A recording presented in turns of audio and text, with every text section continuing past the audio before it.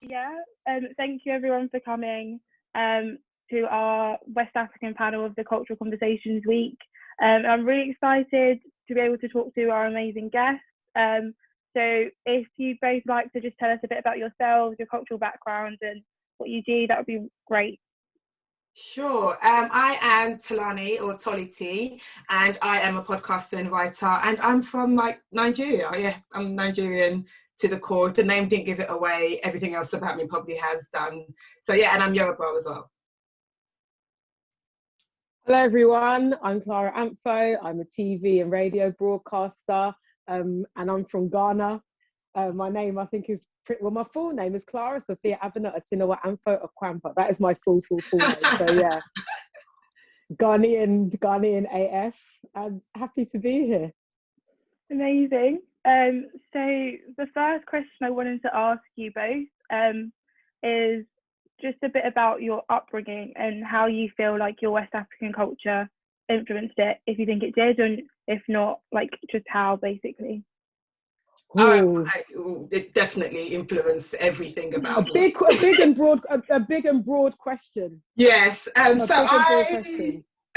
was born in London, and then I was taken back to Nigeria when I was about one and a half. Sorry, so I didn't really know London, didn't really grow up in London. And I stayed in Nigeria till I was about 7 to 8 years old, where I lived with my dad. So being Nigerian is a massive part of like my life and my upbringing. My formative years really were in Nigeria. I went to primary school in Nigeria. I still remember the name of my primary school, Ewenla Primary School, which means big leaf. I don't know. So I remember my educational system there, and even from when we came back to England, I guess my mum was adamant that we're you are Nigerian, and I always said I knew I was Nigerian if I knew I was black, because I grew up in Africa. I didn't have that. Blackness wasn't my defining factor. Yoruba was my defining factor, sort of thing. So I knew a lot about my culture and who I was way before having to identify myself as a black Brit. So what else is there? Yeah, it's defined who I am as a whole person. It defines everything big about me, I think, is testament to being a Nigerian woman. Very much like Tolly. Like I wasn't born in Africa. I wasn't born in Ghana. I was born in Kingston. So my parents came over to the UK. My dad came over first. He came over to study, and then my mum followed him about 4 or 5 years later. And my dad was living in Eltham when he first came to the UK, and he was there for about a good 5 years. And then, because Eltham, as you can imagine, I mean, if you are aware of the area, it's sadly where Stephen Lawrence was murdered. If you can imagine that area between sort of 1969 to like 1975, probably wasn't. Sorry, is there a bit of a delay? Can everybody hear that buzz? Okay, it's just gone. Okay, sorry, I'll carry on. Yeah. Sorry, pardon me. Yeah, so my dad lived there first for about 5 years, and mum followed him, and it wasn't really the best experience for him. So he relocated to a town called Kingston, and that's where I was born. And yeah, we knew if we were Ghanaian like from the jump. We had no choice but to know we were Ghanaian, you know. And Kingston's a predominantly white area, so you felt that othering from day one. And I think what my parents instilled in us, out of pure necessity and out of pure pride, was like, don't get it twisted, you're not the same as these kids. And that wasn't a disrespect, it was just the fact. It's like, you are in an African house, you are in a West African house, you are in a Ghanaian house. Like, we knew that from the music that was played, from the food that my mum would cook for us, from, you know, the places that we go on the weekends. Like every weekend, like without fail, it'd be me and my mum and my little brother. I've got 4 brothers and 1 sister, but me and my youngest brother Chris, without fail, every weekend, like going to like Tooting Market or like Mitcham or like Peckham Market to go and get food for my mum to cook for us, because she couldn't really get stuff in the area that we were brought up in initially. So a lot of our childhood was sort of spent between like Kingston, Peckham, Tooting and Mitcham, just sort of like being immersed like in the Ghanaian community and the West African community at large, to be fair, just because my dad and mum, they were just obsessed with us sort of like maintaining that sense of self because of where they were bringing up their kids. So yeah, we always knew. And so you were saying about how obviously where you grew up at the time it was very obvious that you were different. And do you think that you ever found it difficult as you were growing up to embrace your culture? Either of you? Oh, I definitely didn't. Because unlike everyone else who had the privilege to be like, you know, you had every Sharon was a Sean, I couldn't, because when I came here and I had an accent, like there was no way for me to like lie about where I was from. There was no way for me to be like, oh, and then at the time of me growing up, being African wasn't cool. Like a lot of my African friends said they were Caribbean, or just kind of like diverted from trying to ever admit where they were from. But I kind of didn't have that because I had an accent. So it was very, very apparent that I was African, couldn't hide it. And I remember like even being younger with my name, when I first came to England, and people used to like ruin my name. And I say to someone like, Mum, can you just like change it? Can you give it an English name? And they call me T. And my mum would always be like, is you or anyone in your family English? I'm like, no, but she was like, so why are you going to get English name? I was like, yeah, but that's not the point. Everyone's laughing at me. And she kind of like just didn't have it. So I kind of couldn't, I had to embrace it very, very early on because I had no choice but to make it cool in order for me to survive. Like, kids are mean. So I moved, and luckily I moved to Forest Gate when we first came to England, and I wasn't really othered as much because it was Forest Gate. My school was full of minorities. Like we're mixed up. There were so many different people there. So that wasn't too bad. It wasn't until I moved to Dagenham, which is at its very core a very racist town. Like BNP ran it for a little while, and like it was very, very racist. But then my being Nigerian didn't matter. I was black, so that was just the problem. So again, I didn't have to like deny where I was from. It was just the problem was that I was black.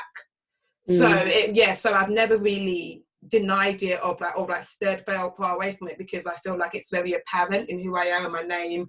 How am I going to remix and tell them Tolly is Caribbean? Like, where was that going to come from? Like, it was just never going to happen.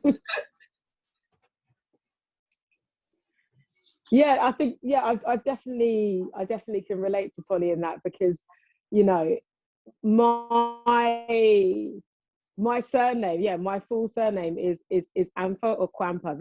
That is my name. I don't use my full name for security reasons because we do have quite a particular surname. So this is a safe space, everybody, on this Zoom. But yeah, I don't think I struggled to embrace my culture because, you know, the interesting thing for me was that I never had a problem with being West African. I was always proud of it, but everybody in my area some people had an issue with us being West African. And I think, you notice those differences, like when, like, I don't know, it's packed lunch, when kids are bringing in their lunch for school, right? And like most of the white kids in my school, they'd be like, okay, so have you got, Claire or Natasha? I've got a ham sandwich, I've got some salt vinegar crisps, got a cat-free son, and I'd like roll through with like, I don't know, like a Tupperware with like jollof and like chicken or whatever, and what's that? Oh my god! Or like if my mum would like do my hair in like, like the traditional sort of like that hot cross bun pattern, like the standard, like 4x4, wrap it round, whatever. Like, and I come into school like that. Like, yeah, kids would be, as Tolly said, like kids are fucking mean. And there was that like, oh my god, and it was weird because like, it's so interesting, as little children, we are such sponges to everything, and your parents do the very best they can to protect you from the outside world, particularly when, they are parents bringing you up in a place where you are the minority. And it's funny because in my house, I never had an issue with being Ghanaian. The minute I stepped out of my door, never had an issue with being Ghanaian. I never felt it was a problem, but other people would definitely, make it an issue. And I remember I came back from a school holiday, a summer holiday. I came back from Ghana and I came back with like a Kente like backpack, and I was so proud of it. And I walked to school and I was like, yeah. And yeah, I had kids. I'd be like, that's ugly, da, da, da, da, da. And it really spun me. And yeah, it hurt, but and obviously I'd go home and like cry to my dad, but he was just very much like, look, these girls, da da da da da da. She had like, my dad was really shady, God rest his soul, and like he would make disparaging. He'd be like, well, why do you not care? Why do you care what she says? Like, her mum, she has no lips. My dad said that about this little girl's mum that like made fun out of me. Like, do you know what I mean? So yeah, I think I had quite a dual experience in that sense. Like, everything was fine inside the house. I think it was just it was everybody else's problem but mine, and that was I think the kind of battle, for want of a better phrase. for me. And so how do you feel like you managed to reconcile like that difference that you were feeling, like obviously at home being proud of it, with when you leave the house, obviously it was a very different dynamic? I think for me, again, I think it's just how my parents brought us up. Like, I was really, really lucky that I was really close with like a lot of my female cousins who like lived in the next like towns away.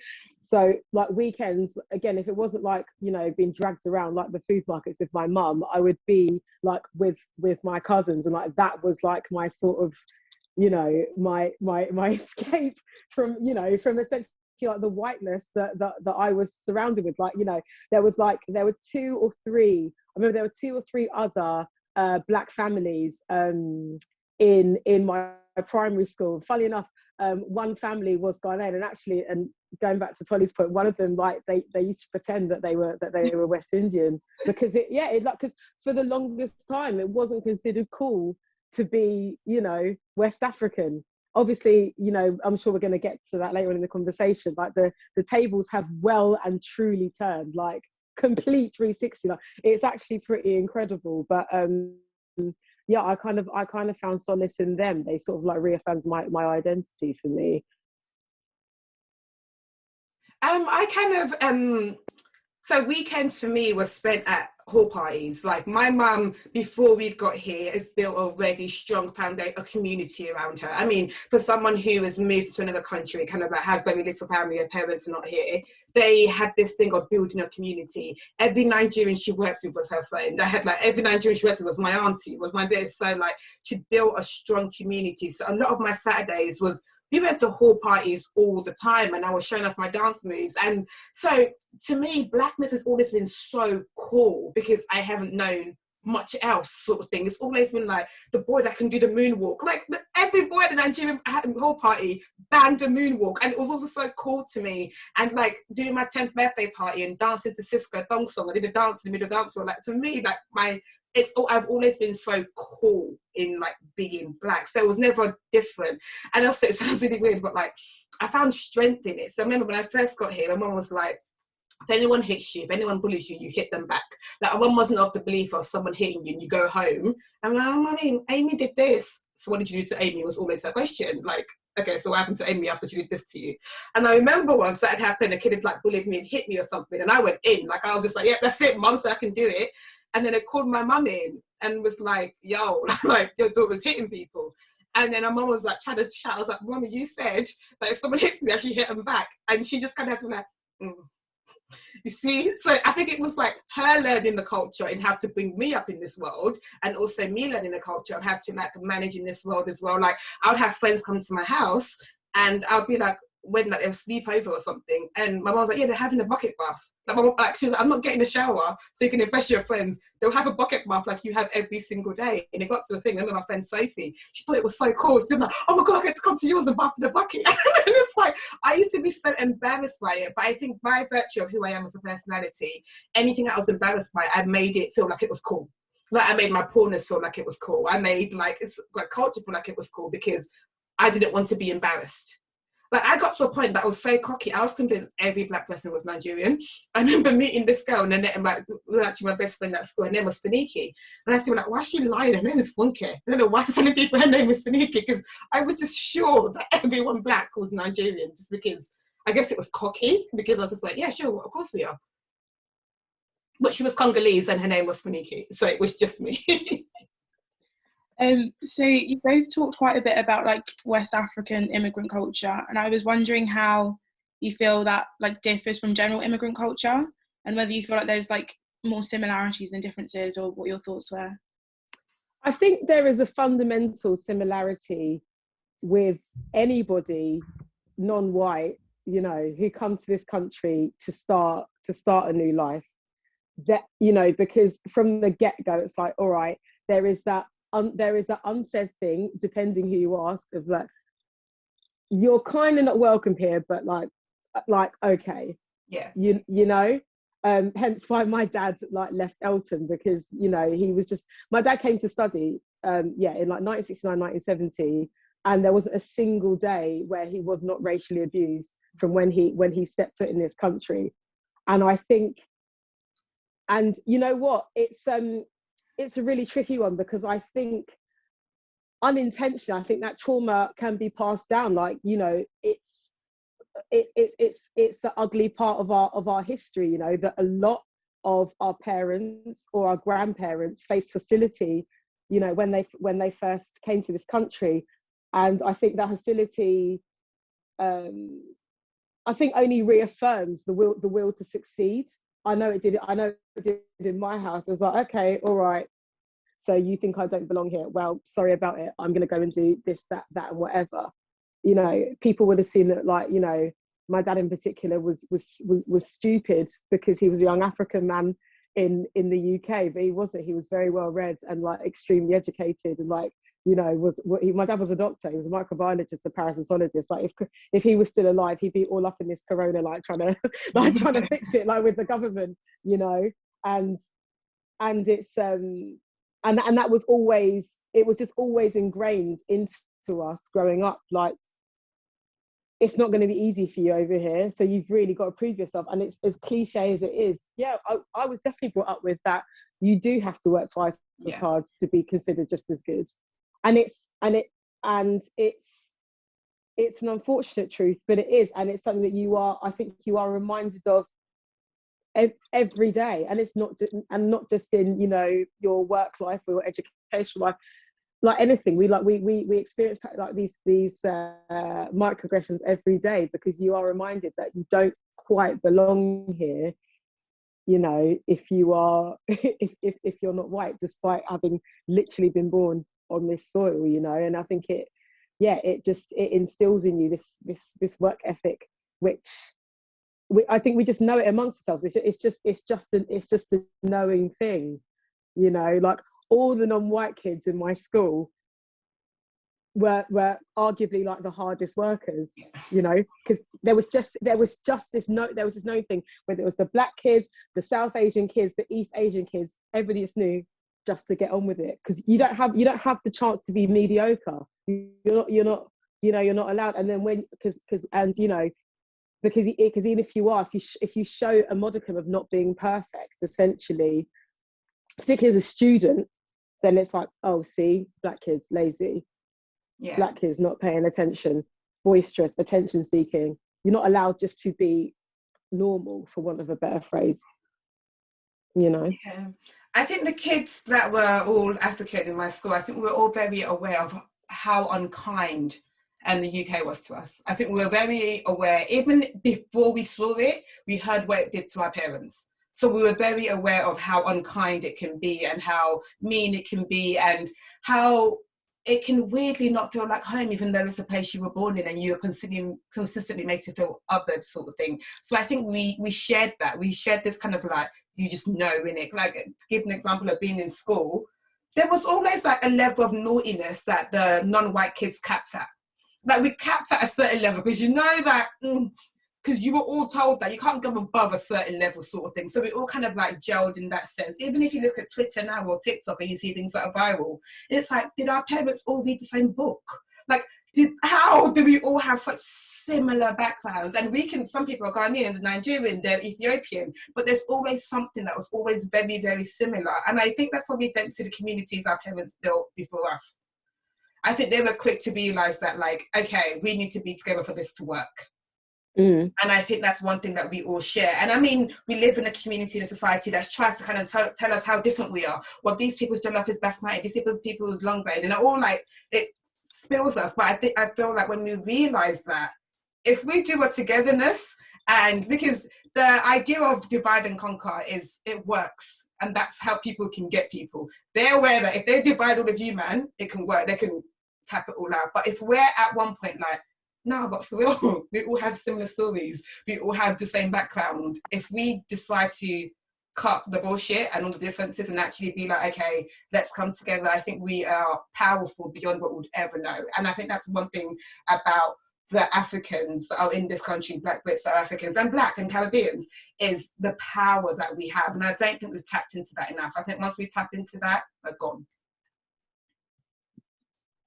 Amazing. I have, like, a slightly different route to go down now.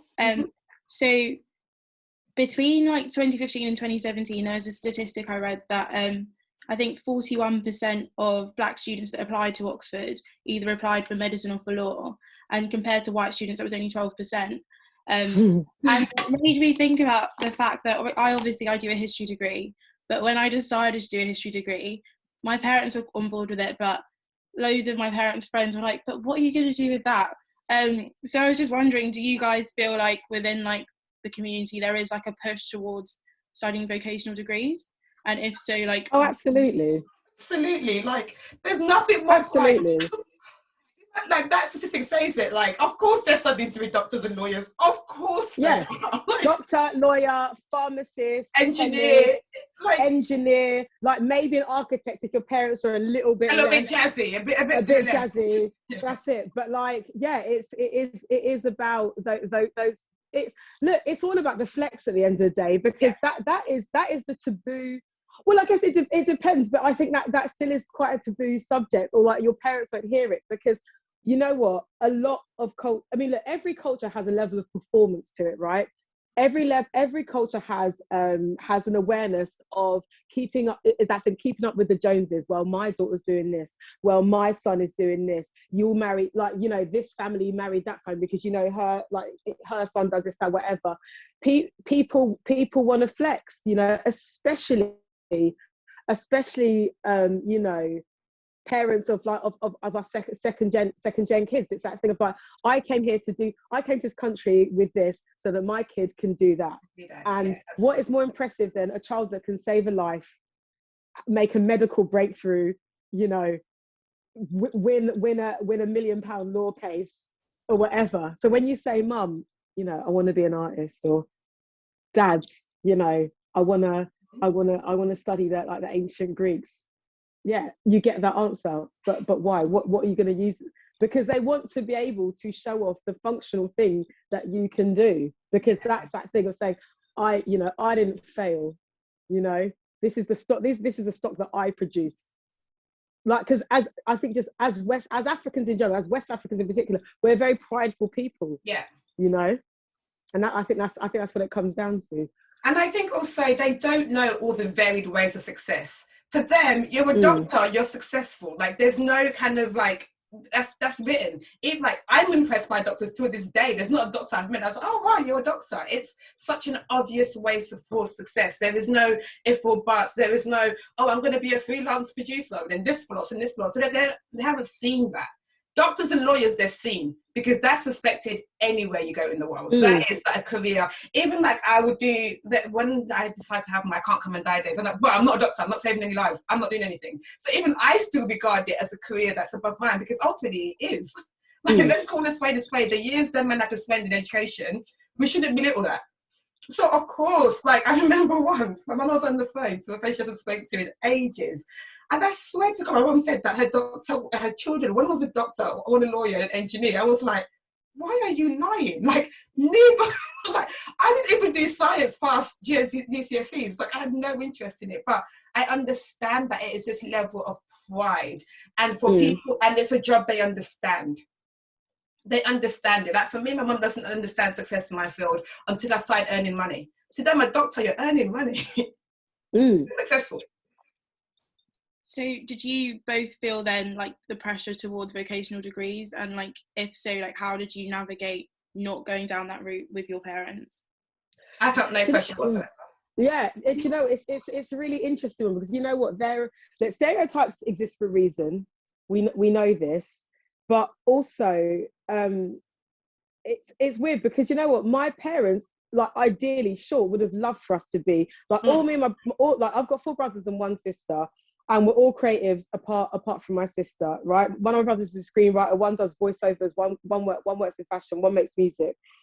And we were all, my dad ideally would have loved us to have been like, yeah, scientists, doctors, whatever. But I can honestly say, hands on my heart, there was never that thing of like, okay, if you don't do this degree, get out of my house. If you don't do this, we're not going to chat to you. I can, and I count my lucky stars that my parents were like that, because a lot of my friends with similar backgrounds, and a lot of my cousins, like those close cousins I was talking about, their mums dads were very much like, no, you're doing law, that you're doing it. And like, you know, they'd be reluctantly filling out their university forms, like, and some of them with tears in their eyes, because it's like, I don't want to do this, like, but their parents weren't hearing it. I can genuinely say that I didn't have that pressure. I mean, it would have been, they would have preferred it ideally, but then again, it's like but then I think there was an acceptance of, okay, well, if you are going to go into this field, you better make sure that you're the best. You better make sure that you take it to a particular level, like, essentially, like, don't embarrass us. Basically. Basically. Yeah. Like, yeah. If you're going to do it, like, do it properly then. And I think that's what kept me motivated, and out of gratitude for not being, you know, forced into doing something that I wouldn't want to do. And I'm sincerely grateful to my parents for that, completely. I definitely had no pressure whatsoever. My mum's biggest thing in terms of pressure was that we graduated. My mum was really big on all of her kids graduating. As I guess it was like a personal goal for her to be like she had achieved something, because my mum didn't graduate. So she was like, I'm going to single-handedly raise these kids, and I can proudly say that all 3 of my kids are graduates. And that's all she wanted. And like, there wasn't any fuss about what you're going to study, what you're going to do, what you're going to do. It was just a level of education she wanted us to get at, to make her feel like, okay, I've done my part, sort of thing. And again, we had that don't embarrass me instilled in us for years. So we were never going to move mad, because from early, like, I never used to carry handbags. I was like 12, I'm like, so you'd be going out without a handbag. People be thinking, people thinking what? Like, I'm 12, like, I don't need a handbag, sort of thing. But that's how we presented ourselves on the outside was always really important to my mum. So as long as we came back with graduates, mum was cool. My dad was the same, actually. I think that was the only, and it wasn't even like a pressure per se, but he was very much like, can you at least get a degree? Yeah, that was it. Don't care what, I think it was about the commitment. It was about showing purpose, about showing having a work ethic and just following something through. I think that's what they were more concerned with, as opposed to it's got to be law, medicine all around my house. Amazing. And so obviously now you've both chosen creative careers, would you say? Yeah. I was just wondering, when you were growing up, did you see a lot of representation of people from your backgrounds within your chosen career paths now? I mean, yeah and no, because I think it's that thing. I think things have definitely changed now, but you know, there definitely was a point that any time there was a black person on TV, my dad would be like, hey, or mum would be like, oh, hey, see this girl, hey, she's from Ghana, and be talking about June Sarpong, for example. Like, I think every black woman in media right now can honestly say, like, if it wasn't for June, like the door, like, and you know, and if it was before June, there's Pharoah Benjamin, there's Angelica Bell, like the list goes on. But it's scary that you can kind of count these women like on your hand. They've almost become unicorn-like, which in itself is problematic, you know. It shouldn't have been a thing where my parents have had to shout, be like, oh my God, look, there's a black woman on TV, you know. But it was that. And I think, you know, most people's introduction, well, for me, let me not generalize. I can say my introduction to seeing black faces on TV, was somebody like Jude, and like globally speaking, like Oprah. Oprah's like a brand. Like, Oprah's just one of these people that you're just aware of even before you know how to say your own name. She's just there. She's in the ether. She's omnipresent. Like God, do you know what I mean? And you know, I think there is something to be said for that visibility, because it just, you know, like I said before, children are such sponges, and you know, having that seed planted just lets you know it's possible. It's not saying it's going to be easy, but it just lets you know that it's possible. But yeah, there absolutely could have been more black women on TV, for sure. Mine was June. Mine was, to my very core, June. I remember seeing June Sarpong on like T4 days. And like, so T4 used to come on Saturday and Sunday. It was Channel 4's that trying to be cool with the kids sort of thing. And like, my mum would go to work. My mum would be at work at 6. We knew her time was 6 a.m. that she'd be back at 1 p.m. And during that time, we were meant to have got up and cleaned the house. But we would wake up and just go and watch T4. And I would just watch June like, wow, she's so sick. And she always used to have like, her lip gloss was like, you could stick anything on it. Like, it was really glossing. And I used to be like, wow, this woman's sick. And then like, mum would hear my mum coming in and cut upstairs and start cleaning. And that was like June meant June is massive for me. Every time I see her, I'm like, nah, this is sick. Even if she says hello to me, and nearly like, oh, like I don't want to, like when she started following me on Twitter, I was like, I can't tweet anymore. I don't want to embarrass her. Like I want her to feel like I'm like a great person, sort of thing. So June Sample definitely for me. And growing up, I always talk about Sky TV having changed my life, because before we had Sky, it was a 1 to 5, and outside of June, there wasn't really many black people. Like I said, Angelica Bell, but there wasn't really many. And Sky introduced Trouble TV to me, introduced MTV Base, introduced like videos, and I'd be like black people were just there. Like I'd be watching shows like Girlfriends, One and One, all of us, and like black people were the cast, were the main. And definitely Sky TV changed my life, because it was the first time I saw myself on television ever. Yeah, absolutely. Like, you know, seeing those women, and even though it was an American experience, like most of the stuff that we were getting at that time, yeah, it was still so vital, because, you know, you're seeing black girls, and particularly dark-skinned black girls as well, yeah, getting to be like center stage, getting to be like the main girl, not just the sassy best friend, getting to be tender, getting to be soft, getting to be funny, getting to hold the mic, whatever. And that's quite radical. Like, it's, I mean, don't get me wrong, there's still a lot of work to do, but like Insecure didn't happen by accident. Yeah, you know, that is so symptomatic of the lineage of those TV shows. And, you know, there's like, you know, there's a 13, 14, 15-year-old who probably watches Insecure cheekily thinking they're being grown, and that's all they're going to know is something like Issa Rae, like being fab, or seeing Michaela in Chewing Gum, and like just knowing that, oh, okay, well, it's normal for a black girl to be a showrunner, you know, which is fab. And there's still so much work to do, but yeah, these women are important. So obviously before you were talking about how like with West African parents, or like within the culture, it was like seen as these sort of degrees were valued, like vocational degrees, because it like, and those career paths, because of like it was an indication of success. So do you feel like when you were growing up, this like creative careers were valued in the same way within the culture? And do you feel like it's changed now with like figures such as yourselves being so much more visible and successful, and there being much more of you? I think it is changing slowly but surely, for sure. I think it's really funny actually, like every time I do any press for anything, a journalist will always say like, oh wow, you know, and Ghanaians at the moment, like you guys are everywhere, and like, you know, they'll drop like a Stormzy or whoever and be like, yeah, da da da da da da, and it's really interesting, because it's like black people have always been in creative industries. Like we are the creative industry. You know, like from day one, pop music as we know it, the music industry as we know it, was literally started by us. The model that most record labels follow the world over is because of Berry Gordy and what he was doing in Motown with black artists, and white artists would re-record their songs and like have hits with them. But that, you know, it was born like from him. Like we've been about this life. But I think our parents' attitudes towards it are definitely changing. Because of the way the media changes, like it's much more visible now. I mean, we joke about this, but like I'm sure, Tolly, your mum is on a WhatsApp chain, right? Oh, yeah. The way in which media is shared now, yeah, lets our parents know like how much value is in what we do. Because again, when you're a doctor, it's like, okay, you can come home and be like, you know, I did this today. You've got your white lab coat, you've got your stethoscope as proof. And at a certain time for our parents, that stuff like that was all they could see. But now it's like, Mum, look at this article I wrote. You can see it online here.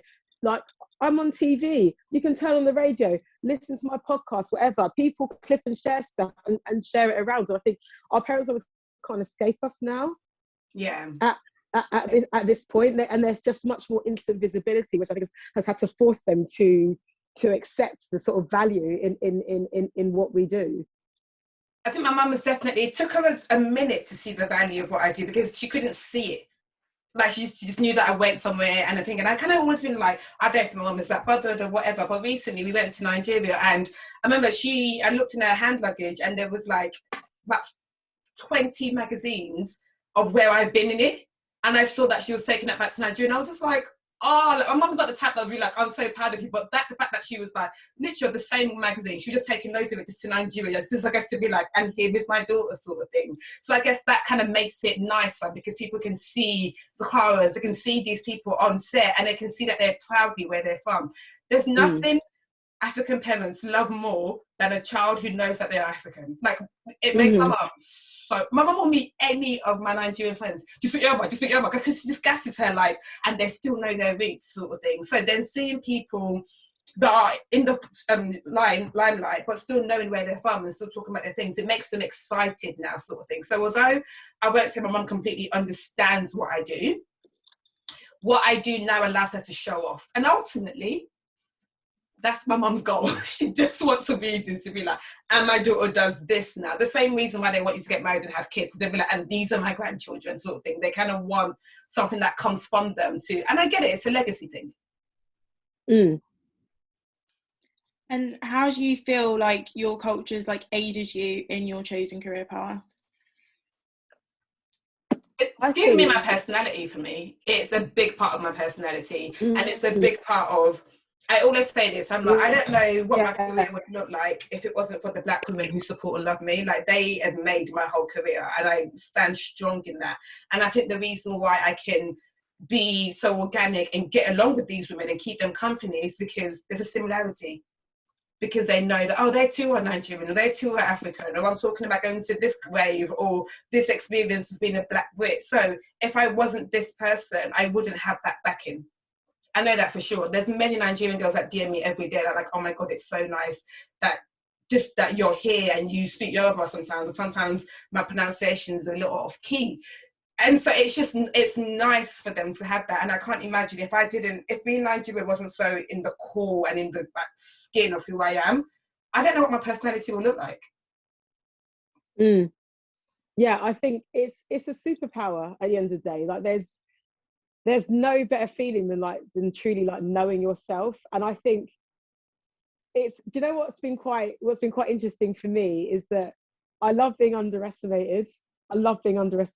It's a great feeling, because I feel like there are, you know, the media industry is still incredible. Is like, you know, it's incredibly white. There's no which way about it, even though it is fed off of the culture of Black people. And it's, you know, and there are a lot of people when I first started out who counted me out and said, oh, that's just Clara. Oh, you know, that's just a Black girl from the office, or da da da da da da. And I was like, no, but that's the thing that I'm happy to be. Makes me different from all of you lot, and I'm happy about that, you know. And very much it's that core feeling. I couldn't imagine not being Ghanaian. I couldn't imagine not being West African, you know. And it's just, and again, it's very funny how the tables have turned and how people are all like, now, oh my God, oh, I want to go to Ghana. People weren't saying that 3-4 years ago. I was talking about white people, like, you know, like, oh, like, you know, it'd be like, I'm going to go on my gap year, I'm going to go to Australia, or I'm going to go to, like, I don't know, like New Zealand or whatever. Like, I see the texts that come into my radio show, and like, oh yeah, so I just spent like 6 months like traveling West Africa. I went to Ghana, I went to Nigeria, I went to Benin. Oh my God, it was like amazing. Like, and people almost want you to like validate them. It's like, oh, I see. Interesting. It's like, yes, like, but been knowing, like, you know, and I feel it feels like a superpower to me. Like, I love the duality of being able to say, yeah, I'm proudly Ghanaian, and yeah, I'm British, and what of it? And I'm African too. Like, we can be anything, like, you know. I think it's that I think it's a gift to be able to have that, to be able to have that. Well, it's not even a choice. It's just who we are. You know, it's like, you can't tell me that I don't belong in this country in the same way you can't tell me that I don't belong in Ghana.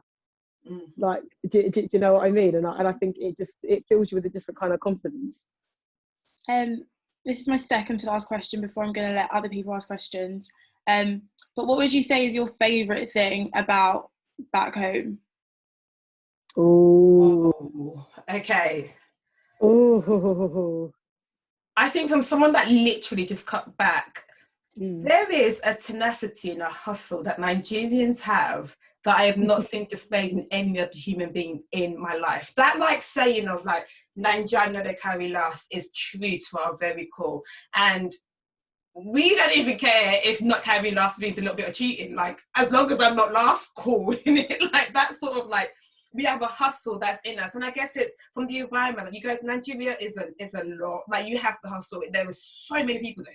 Like, you're standing out sort of thing. And there is this, I guess it's called arrogance, but I don't think it is, of this, like, I know whose child of whom I am sort of thing. Like, even when you're feeling a bit down, it's like, no, I'm Nigerian, but you know, like, there is this, I can only describe it by body, like, that. It's arrogance, it's confidence, and it's this thing of just knowing that you're Nigerian, that is just like, yeah, it's tenacity and hustle that I can't fail. Like, even when I failed, I haven't failed because it's not over yet. Like, do you remember that man was like, I got the black man's blood in me? And I, like, it's true, like, it's not finished yet then. If I haven't won, it's not finished. That's how I see it.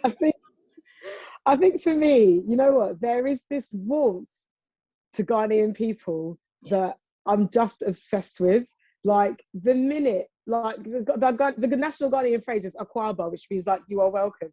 And Ghanaians are obsessed with making you feel like you're the most loved person in the room. There is just like Ghanaians love to party. Like, you, like Chris, like obviously New Year's Eve, everyone loves to go there now. Like, it's the place for you, because Ghanaians just wanna. A Ghanaian person will never let you leave their house there without making you feel like you had the best time ever. Whether you came over to stop in for like a quick drink or you stay for like 6 hours, they want to be able to like, see that person that had the best time in my house. How about that? There's just this there's just this obsession with warmth. It's just in the people, and I love it. It makes me feel whole. Like, every time I go back home, I think I just feel like the best version of me. Like, I can literally, as cheesy and as cliche as it sounds, like you feel your ancestors in you when you land. Like, you feel them welcoming you. Be like, okay, look, this is where you're supposed to be. We're like, we know your parents brought you up there, but this is where you're supposed to be, and you carry it with you. You just carry it with you everywhere. I don't know. There's just like there's a knowing nod.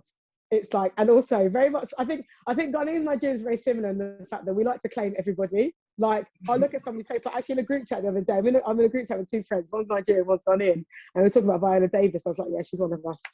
Like, Viola Davis, she's absolutely, like, she looks so okay. It's like, yeah, she's one of us. And just be able to say that just makes you feel good. Like, I don't know, it just, yeah.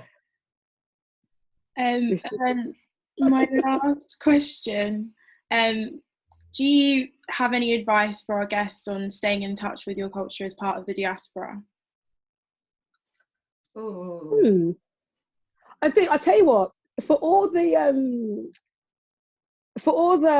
kind of, you know, let's say Generation X, and actually at times millennial bashing that social media gets, I have to say, the communities that I have found, and I'm sure Tolly you have found, like as you say, the girls in your DMs, like, have found, like, in these online spaces, I think has been so crucial, you know, for the diaspora, like, worldwide. Like, if you're ever feeling shit, you know, you can log onto Twitter and just find jokes like that, TikTok like that. Like, it's there for you, and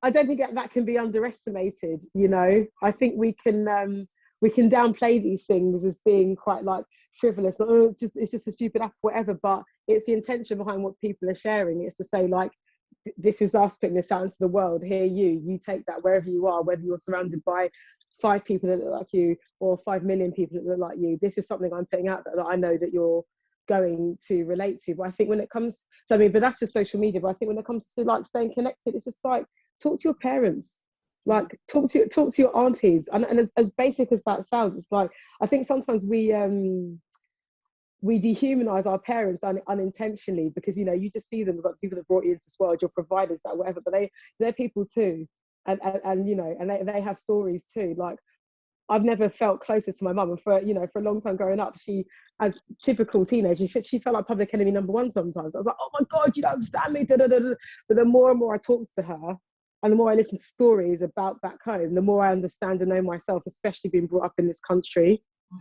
So I just say, stay laughing at TikToks and talking to your parents. And I think in addition to talking to your parents, I had a really interesting with Nigeria and going back to Nigeria. And I don't know if many people feel like this, but I remember like the idea of going to Nigeria was traumatic to me growing up, because when I was here, because it was always, if you're naughty, you're going back there.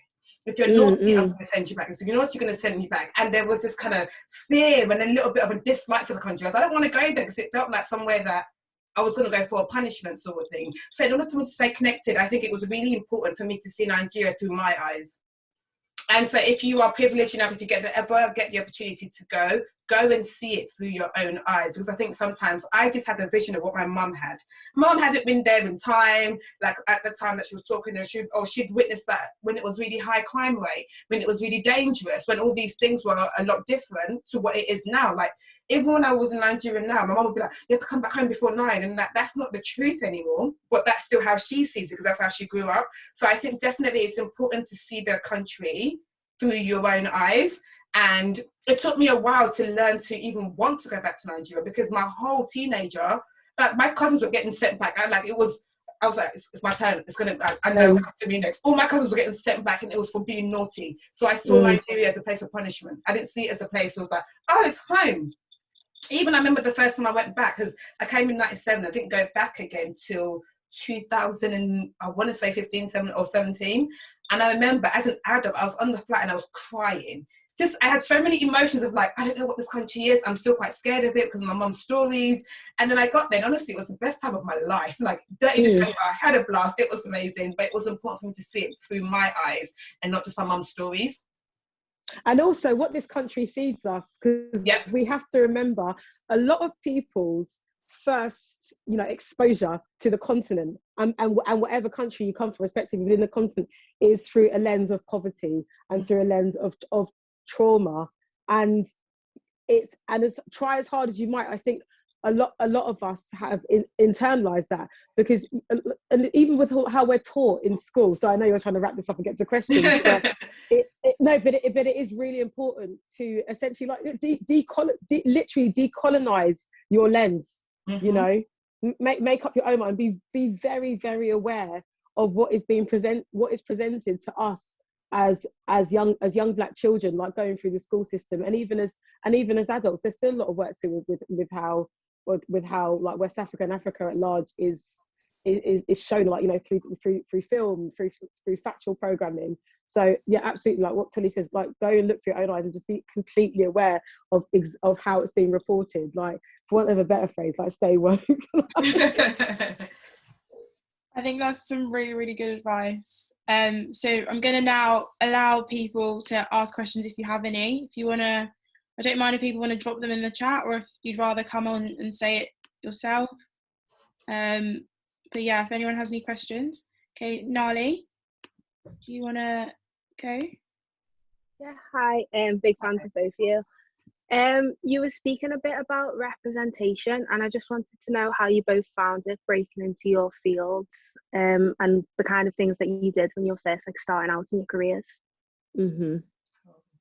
So I started up as a journalist. I was a beauty journalist for years, and I was consistently the only Black woman.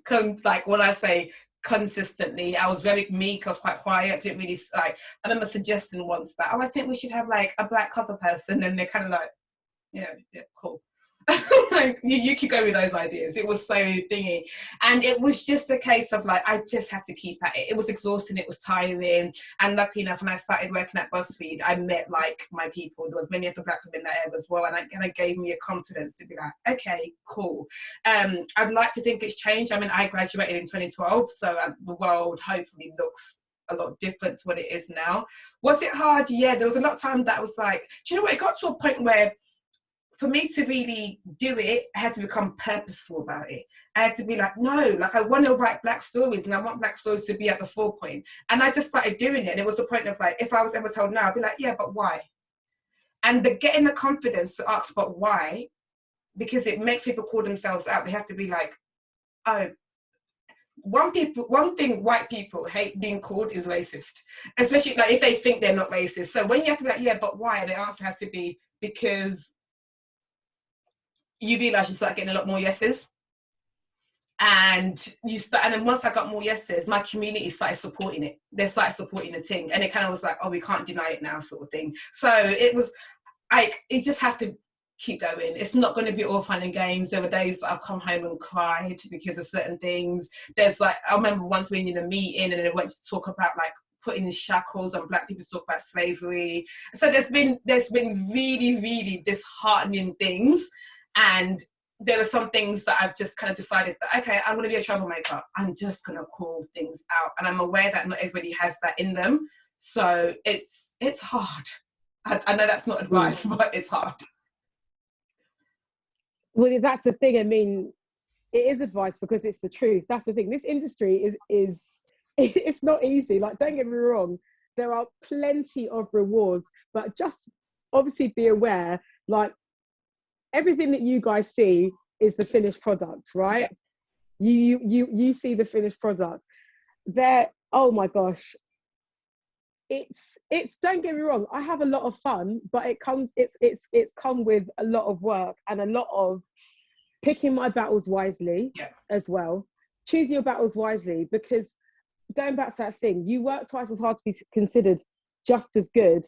And an unfortunate part of, you know, and it's not the black experience, because the black experience is a beautiful thing. It's people's reaction to the black experience. That's the issue. Mm-hmm.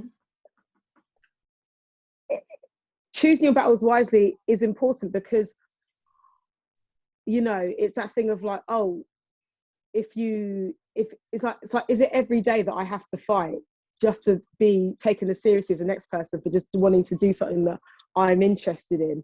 And it's like, okay, how much of my energy am I willing to save for, like, okay, do you know what? I'll let you think you got away with that thing there. I'll make sure I do this thing really, really well. So when I present it to you, you don't have a choice but to say, oh, okay, do you know what? We're gonna run with it. That's personally what I have had to do. And I think, you know, going back to what I said, being underestimated can be a bit of a superpower. But also, yeah, it is about calling shit out. Like when your gut literally screams to you. I think I've had to pull up, you know, old bosses that I work with, similar to you, Tolly, just about saying, well, yeah, but why not?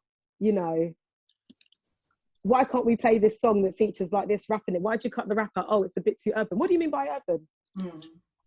I mean, I just, okay, then play the song then. Oh, okay.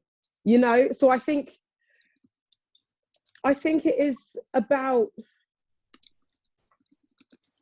choosing your battles wisely, but also when you're gonna stick your head above the parapet, you bloody say it. You say it loud. You say it loud. And I know that sounds easier. It sounds easier said than done, but it's kind of essential, you know. Like, you need confrontation. You need these awkward moments for things to change, you know.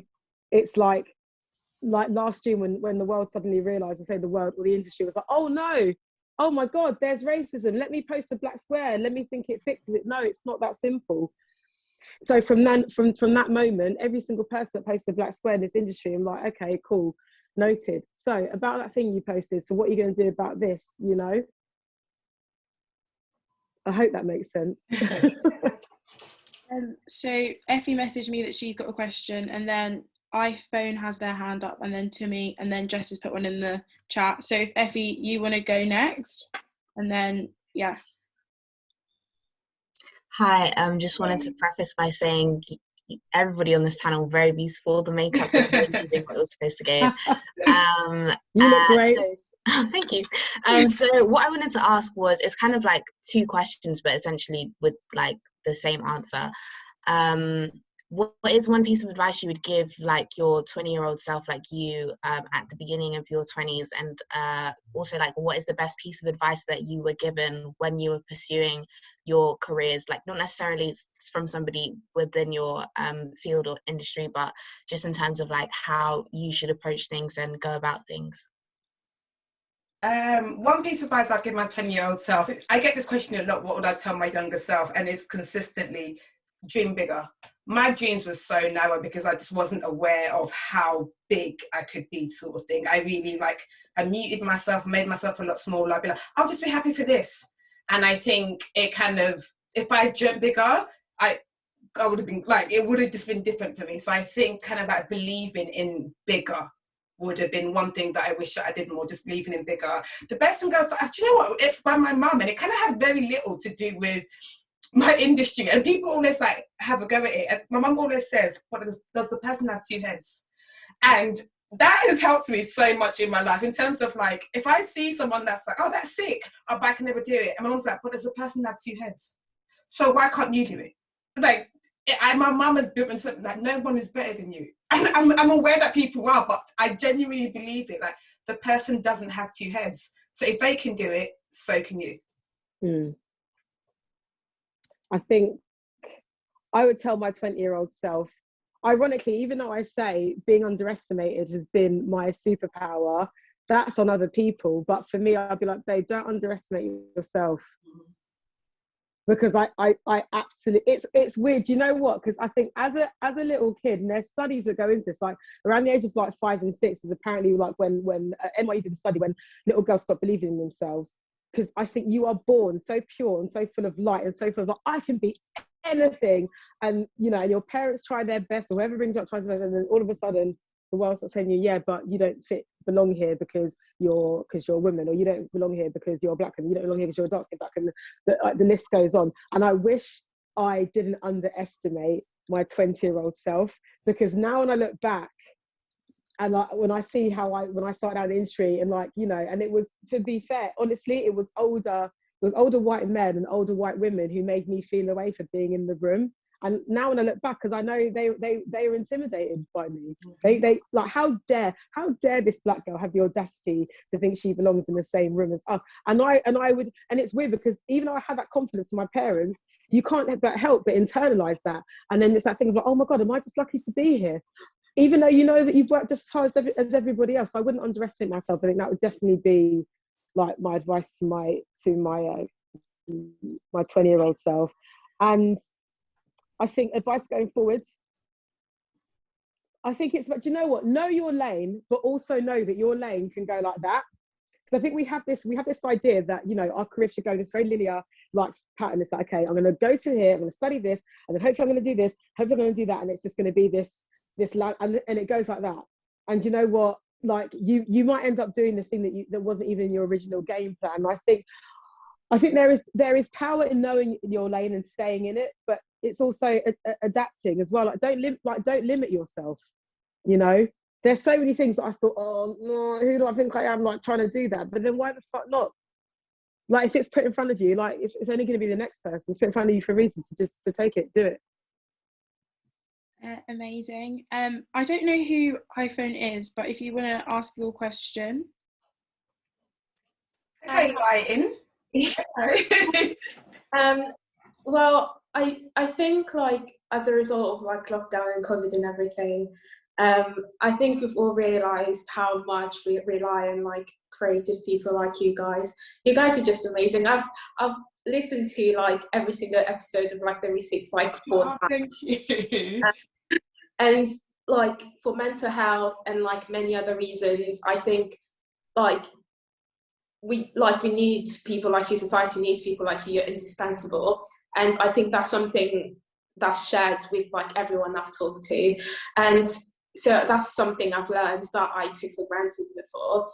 And I was wondering if you guys had I've had any sort of experience where you maybe a single moment, or maybe a live show for the Receipts or something, where you were oh, this matters, this is really affecting people? Or is it really still you still feel you're affecting people, but it's a bit out of touch? I don't know. No, I get what you mean. Do you know what? It wasn't even a live show or anything like that. Recently, my dad died, so I lost my dad, and I was kind of still getting on with it, still trying to do stuff. And I remember one time feeling really, really low, but I had to edit an episode of the podcast because I was still I'm going to still work. I'm still going to bang out work. And I remember editing it, and I felt really like shit that day. I was like, I cannot be asked. I feel like I don't even want to record this. I had one of those days yesterday where I just cancelled everything. But I was like, I don't even want to record this, I don't want to do this. So I'm editing it now, and then it's making me laugh, and it's putting me in a better mood as well. So I'm like, oh my God, if this, and I remember messaging, I was like, if this is what people feel like listening to it, this is making me so happy, because I was really, really down that day, and I was just kind of like going along with it. But then after like editing it and finishing listening to it, it kind of made me be in a better mood sort of thing. And I just kind of had the first realization of that. If I've done this for one person, if one person listens to this and feels how this has changed my mood, I feel like what I'm doing is important enough, even though it's not surgery and I'm not saving anyone's lives. There's power, do you know what? But there is power in that, you know. I think two things can be true at the same time. Like, we're not NHS nurses, we're not doctors, whatever, but there is so much power in the spoken word and in the right word said, in having a laugh with somebody and hearing your favourite song. And it's like, you know, you made that connection, like, to iPhone, because we don't know your name, but iPhone. Sorry, my name is Karen. You know, you made that connection, you know, via your podcast, even though, yeah, you're feeling shit and going through a terrible bereavement. And I think, you know, it's, I mean, because your question, was it more about just how we heal ourselves, like through media? Is that essentially what you're asking? Yeah, I think it's not to be downplayed, you know, like we need escapism. The first place we run to when our hearts are broken is the arts, which is why it's so fucked up that, you know, the arts aren't really being supported as well as they could be during COVID. You listen to your favourite song, you turn on your favourite podcast, you read your favourite book, like, it's not, we're not cutting people open or, you know, or like driving an ambulance van, but it's valid to people, you know, and that's really special. Thanks, Anne. And Tumi? Hi. Hello. Say thank you for sharing your experiences so far, because they've really resonated and been very inspirational. So, and the question I have is, how do you guys deal with the conflict of having to put yourself as a Black person into sometimes white spaces in order to succeed? Because I know when I was applying for Oxford, a lot of people in the Black community would be like, well, do you really need to go into a white space in order to, you know, have mobility? So I wanted to know your opinions. Ooh. Broad question. Great question. That is a good question. Very good question. Oh, man. Okay, I have an example of that. I remember I'm doing a university talk when the world was still open. I was still working at BuzzFeed at the time, and I remember once someone in the audience asked me that, like, if I care about Black issues so much, why don't I work for like Black Hair or a Black magazine or something like that? And my first reaction was like, well, BuzzFeed pays me better. I'll be honest, I was like, because Black Hair don't pay that well. But my second thing was that I don't want Black issues and Black content to have to be found. I want it to be in your face as much as every other content is. And we are in the UK. And as much as I'm a Black bit, I'm a Black bit, these are the channels that are in the forefront. Like, going to Oxford is what is deemed as, like, it's a big deal. I'm not even nasty. I didn't have the UCAS points for that. So, like, let's not underestimate it. And these are still, even outside of whiteness, it's hierarchy in society. So for me, it's always going to be, I want to be in a space where a Black person can see me and be like, rah. Like, because for example, I would have never applied for BuzzFeed if a woman called Be My Dead Woman wasn't working there. I would have never applied for that job, because I'm like, people like me are not there, so why should I apply, sort of thing. So I think that's what it is. I am set on being that person that's like, you are allowed to take up all of the spaces. Right, it doesn't have to just be a white space or a Black space. Take up every single space that you can take up. And I'm going to be here, and I'm going to be audaciously myself with my whole Blackness. And I think that's what people worry about. They worry that going to this space is going to tame your Blackness. It really doesn't have to. It really, really, really doesn't have to, sort of thing. Play the game. I understand this whole, I ride for Black people to my very core, but I'm not an idiot. I'm not going to do things detriment to me because I'm like, oh no, the Blacks. Like, sis, I love you lot, but like, everybody has to do what's right for them, sort of thing. And if you're going to get the best education in Oxford, why should you say, well, I want to be, that doesn't make any sense to me. Absolutely. I don't see why you should limit yourself based on other people's expectations. Like it doesn't make any sense. It's just like, whoever told you, well, why do you want to go to Oxford? That's on them. You want to go to Oxford because you're smart enough to be here, and because it's where you're going to reach your best potential. It's really as simple as that. And honestly, somebody trying to make you feel away about that, that's a reflection on them. And again, it's just that thing, but why the fuck not? We are so used to whiteness being the default for everything in this country, in Western society in general, whether good or bad, that it's just, again, it's like, oh, should I even be here? Or you're made to feel like you're lucky to be here. Yeah, but why? Because you have benefited, you've created it so that anybody from the outside, it's like a thing, and it really it shouldn't be. It should be normal, you know, to see like Black issues being in the news. It should be normal to like see like both, like, you know, both of our podcasts, for example, next to Louis Theroux in Apples and iTunes. Because why not? Because why not? Absolutely. You know, again, our culture, our very being is literally what feeds pop culture. Could you imagine if Black women like weren't content creators? Could you imagine that? Mm-hmm. Could you imagine if queer Black men weren't content creators? Could, like, you can imagine, like, we deserve to be in every damn space that we choose, because ironically, like, we actually create it. We may not be fully in control of it, or so we think, but you literally deserve to be anywhere that you want. It's as simple as that. Absolutely. Thank you guys so much. So Jess, you're next, and then we're going to have to go to Mandy for the last question, just because we have actually overrun. So Jess, oh damn, if you wanted to ask your question, and then Mandy, and then yeah, that will be it for tonight. Hi guys, my question was actually in the chat, but I decided I had to put on like my big girl boots and come on video. Your face. Show us your face. But yeah, my question is predominantly for Tolly. By the way, I love the podcast, as in like right now I feel like I should have said something like, oh guys, here's my dilemma, but I was wondering what it was like for you, especially going from being like employed in the creative industry to sort of, especially because it's like a predominantly white industry, I guess, kind of carving out your own, I guess, like your own project in the creative industry, like making something like up from the ground, your own thing with the podcast. So how did you find that, basically? Sure. Do you know what? When I left my job, I always said it's the day I left my job, that morning when I went to work, I had no intention of leaving my job. Like, there wasn't even, I had no intention, I didn't plan it.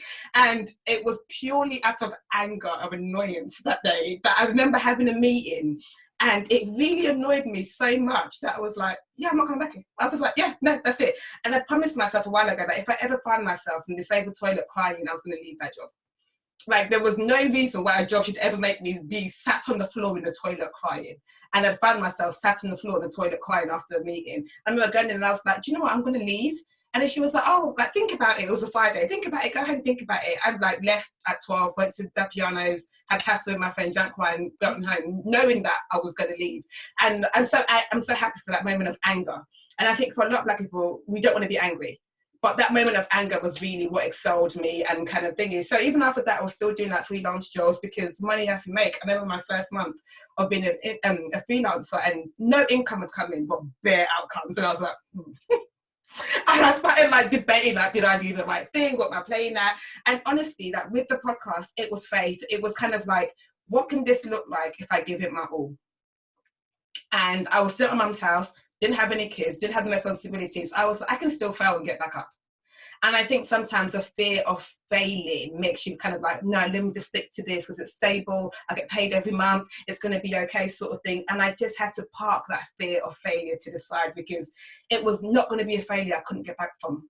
So I had to risk it to do it. And I am so glad that people say that, saying, like, feel the fear and do it anyway. It is scary, but like courage is never going to be put into place if fear wasn't in it. So I kind of like, I lean into fear. If I'm scared of it, it's going to be good shit. If I'm like, oh, I'm comfortable, it's cool. It's not pushing me anywhere. So I kind of like, but I say that I had savings. Every time someone texts me, they want to quit their job, I'm like, do you have savings? Because it's like, I don't want you to live in this every life of like, I'm going to be okay. Talani did it. Bills will still come out. regardless of your hope and your faith and your dreams. So they definitely, like, going with the receipts was, what does this look like if I give it my all? And I am so glad that I did. And it was just kind of bleeding in me. That was it. Thank you. Thank you. And then last question from Mandy. You're on mute, babe. You're on mute. Lol. I have to say that firstly, I love the Receipts podcast. Like, I actually walk outside and laugh out loud outside because it's so funny and I can't help myself. But this question is for both of you. I just wanted to know what kind of like sparked your interest, or like drove you both, like for you, Tolly, initially into like writing and journalism, and for you, Clara, into like presenting and things like that. What was like the inspiration, I guess? So you guys probably have never heard of Sugar Magazine. Clara, you know Sugar Magazine, right? Yeah. Yeah. Classic. Yeah. So that's where I was obsessed with magazines growing up. I know print is not that much of a thing now, but like honestly, £2 at my weekly allowance every week went into buying Sugar Magazine. And I used to read it, and kind of like, even though kind of no one looked like me, the most diverse it got was like a ginger girl. That's how diverse it was. And my year, so in year 9 and year 10, you get a 2-week work experience. And I was like, I'm going to work in Sugar Magazine. I didn't know how I was going to make it happen, but I was going to work in Sugar Magazine. And I got to work in Sugar Magazine. From that moment on, I was like, yeah, this is my dream. I'm going to own a magazine one day. I'm going to drive a limousine, because I thought that would be my first car. And I'm going to like drive to Central my limo and work at a magazine. And honestly, it was being able to do that work experience that kind of stirred what I wanted to do in my life. Like, I don't think I even knew what that looked like. And I went into the office. There was no one black, but it was women. And I was like, wow, I'm like, this can just be a job. And it was like filled with like pictures of celebrities and like makeup stuff. And I was like, yeah, this, like, I was like, I've hit the belly on this one. This is exactly what I want to do. I've always liked talking, I've always liked writing. So it just felt like, yeah. So I was very lucky to realize what I was going to do from early. From about 16, I was like, yeah, I'm going to be a journalist. I'm going to write. Yeah, same for me. I think it was just that connection to pop culture, you know, very much a thing of like getting Sky, game changer, game changer. Just the possibility that it was. And I was just always obsessed with conversation. I'm obsessed with talk shows, whether it's like Oprah, Letterman, whether it's like The View, Wendy Williams, even though she's an absolute mess, like whoever. I'm obsessed with conversation. Always been obsessed with music, theatre, arts, culture, and I just thought I need to be part of this. And I did work experience at a magazine as well. I did work experience at a magazine called New Magazine, and they're the people that own like Star and like, oh gosh, I think like Good Housekeeping and like some like Bella and all those types of things. And I just remember thinking like, this is amazing. I remember my first work experience. I was there for 2 weeks, and you know, I travelled in there, like, Clara, can you just look at what all these celebrities are wearing, please? And like, just get all the pictures together of all the people that are in like a red dress and all the people that are in like, you know, have got like brown boots on, like, we're going to make a thing out of it. And I remember thinking like, wow, people get paid for this? Oh my God. Like, you know, like working and like doing work experience at my local radio station, like, you know, but then again, it's having that, it is having that tenacity and just having that, I don't know, again, it's that thing about not limit yourself. It's you know, it's really, we live a very paradoxical experience, I feel, as like as the children of immigrants, because there's so much possibility there. That's what's fed to you, that, you know, your parents have come here for you to do all this, right? And especially, you know, but at the same time, it's very much like, but you don't forget, like, you're this. And it's a constant battle. But I think there is something about just seeing people that look like you that keeps you going. And I think, to answer your question, like, so because you answered your question again, it was seeing those dunes, like seeing somebody as big as Oprah, they think, well, then why the fuck not? Even though like there could be 99 reasons telling you like, no, you have that one reason, that one person to look at and make you think, well, I may as well. Yeah. Like, you know. Okay. And the big thing for me was, I remember really wanting to be an actress, a singer, and I was like, I don't have any of those skill sets. How can I get next to them people? That's literally what it was. It was like, okay, so I can't dance, I can't sing. I did that before when I was GMBQ. I was like, yeah, I auditioned for Skins, didn't get it. So I was like, okay, you know what? I'll just write about these people then. If I'm not going to be one of them, let me be close to them and just write about them. So that was like a big thing for me as well. Thank you so much. Thank you. So, thank you all for coming, for all of your questions, and thank you to Tolly and Clara. Thank you for having us. Thank you so much. Thank you for having us. It's been really great and lots of great advice from both of you for all of us. But yeah, thank you both so much. You did amazing, B. I wish this Thank could have you. been done in real life. I know. Just so I can tell my mum I went to Oxford. I just want to tell my mum I went to Oxford. Mommy, I went to Oxford today. She'd have been so gassed for me. Right. And there's so much to discuss, and don't get me wrong, technology is amazing, social media, whatever's amazing, but there's something to be said for being in a room with somebody to like look them in their eye and just there's we could literally talk for hours because there's so many levels to shit. But I hope that that people took something away from this.